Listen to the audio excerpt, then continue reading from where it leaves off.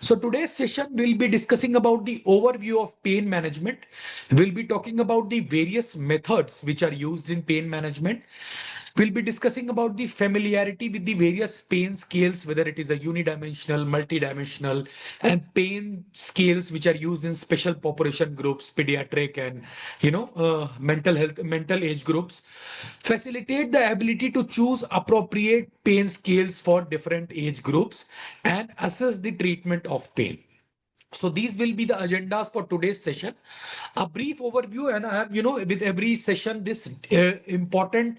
We have to have this clear understanding of what exactly is the definition of pain. So, as given by the International Association for the Study of Pain, they have defined it pain as an unpleasant and sensory and emotional experience which is arising from the actual or potential tissue damage or described in terms of such damage.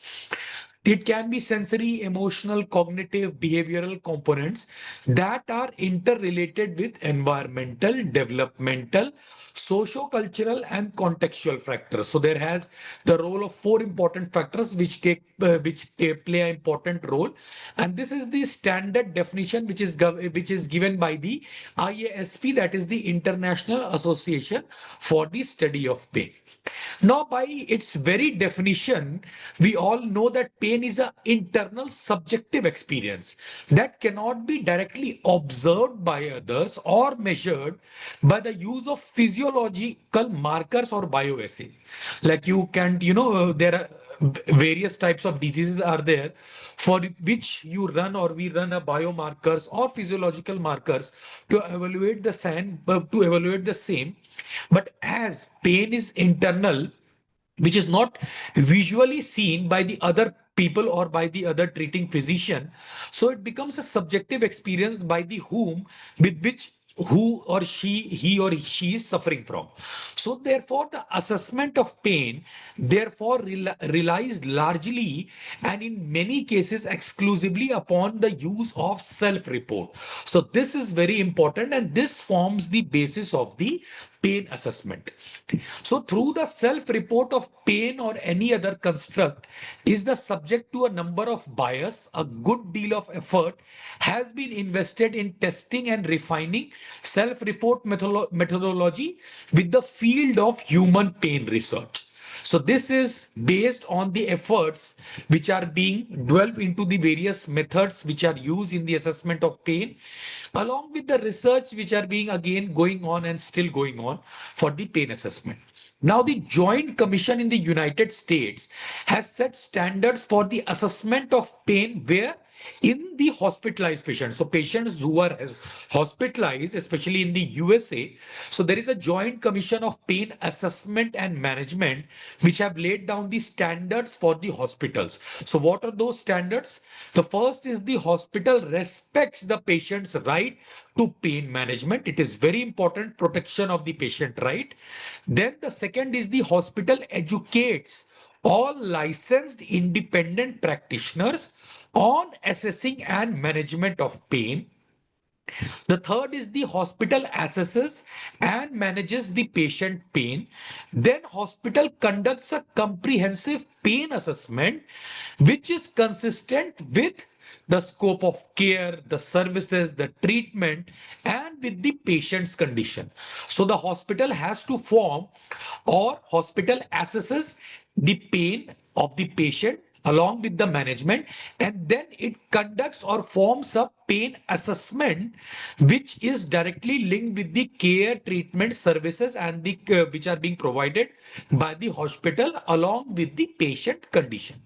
The fourth is the hospital uses methods to assess the patient pain which are being consistent with his condition, with his age and ability to understand. This is again an important component.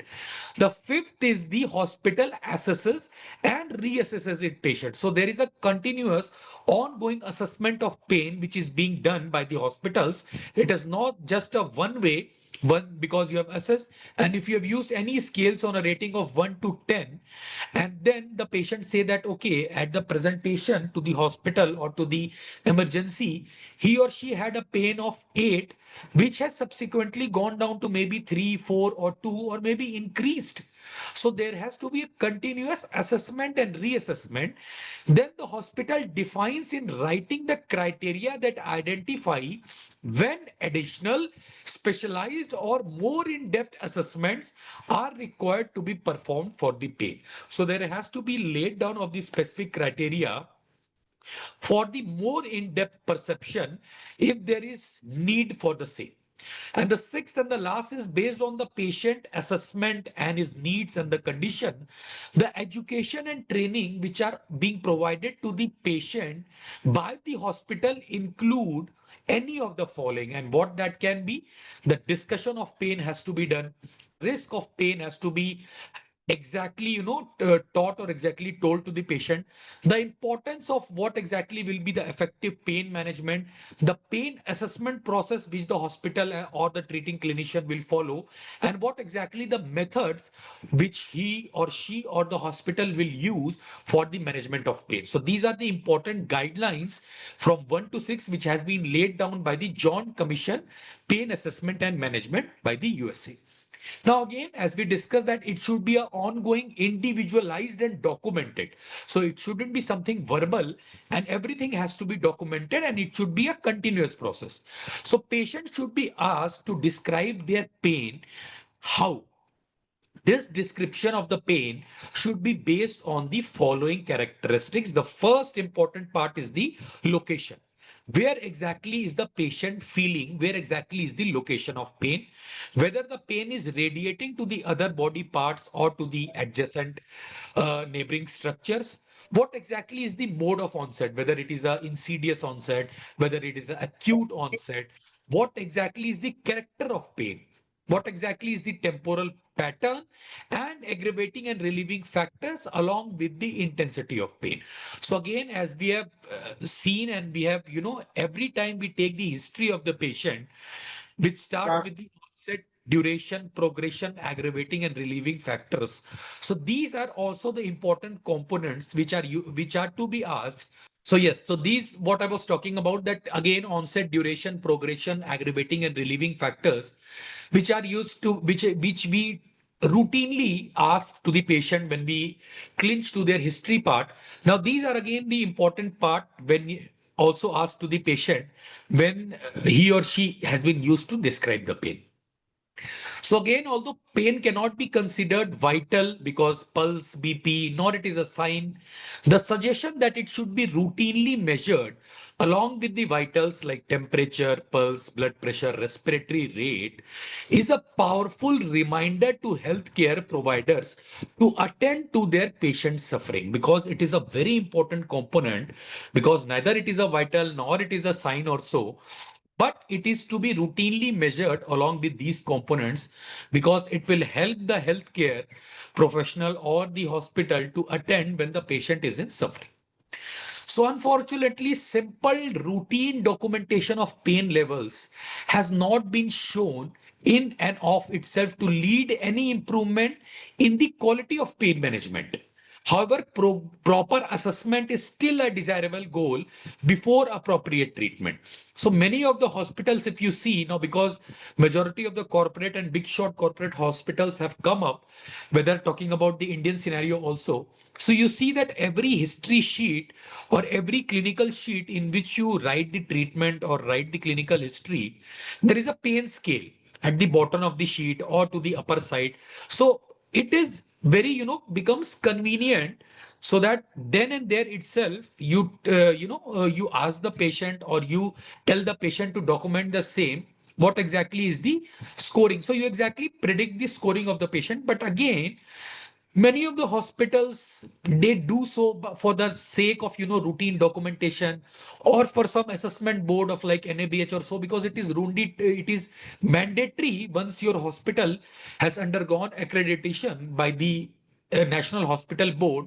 So it becomes routine and mandatory. But again, simple routine documentation is of no use until and unless a proper assessment and a routine ongoing assessment, a continuous assessment is being done. Now, assessing the pain, as we discussed, questions to the patient, use of pain rating scales, which we'll be discussing in the further slides, evaluate the behavior and physiological signs. Also, let the family role come into play, and then secure the family's involvement, because their involvement is also necessary and important part, and then take action and assess the effectiveness. So this has to be done for the assessment. The single most reliable indicator when we talk about the existence and intensity of pain is by the patient self-reporting, because there can be a vary of scores. The doctor or the clinician or maybe some staff, maybe if for just example we give a score of 1 to 10, where 10 is the maximum score and 0 is the least one, so the patient may sometimes check 7 or 8, and your staff, if trying to document that, may sometimes take 2 or 3. So it is very important that the patient self reports or self tells you what exactly is the intensity and the existence of pain. So the patient's report of pain should be the primary information source, since because it is more accurate than the observations which are being observed by the others.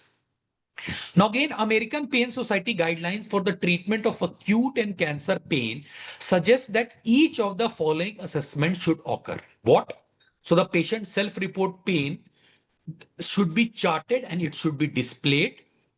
The intensity of the pain and discomfort are assessed and documented at regular intervals, as we have talked about. The ongoing assessment has to be done prior to administration of medication, and then after the administration of medications, whether it has become worse or whether the patient has been relieved with after the administration of medications. The degree of pain intensity is measured by allowing sufficient time to pass in order to ensure that specific pain intervention treatment which you have given has occurred and that role has been taken into play. So that has to be done after giving it a sufficient time buffer for that. Now, question to the patient: how you will obtain a detailed assessment of pain by the history, physical examination, description, experience with the pain medications that the patient, if patient is of a chronic, pain, has been with a suffering from a chronic pain, so he may or may not be using on and off painkillers or pain medications. So, what is his experience, the past experience of pain, or if he have taken any pain medication while coming from the his home to your hospital or to your clinics. So whether that pain has subsided or not with the pain medications, whether it has increased or whether it has remained neutral.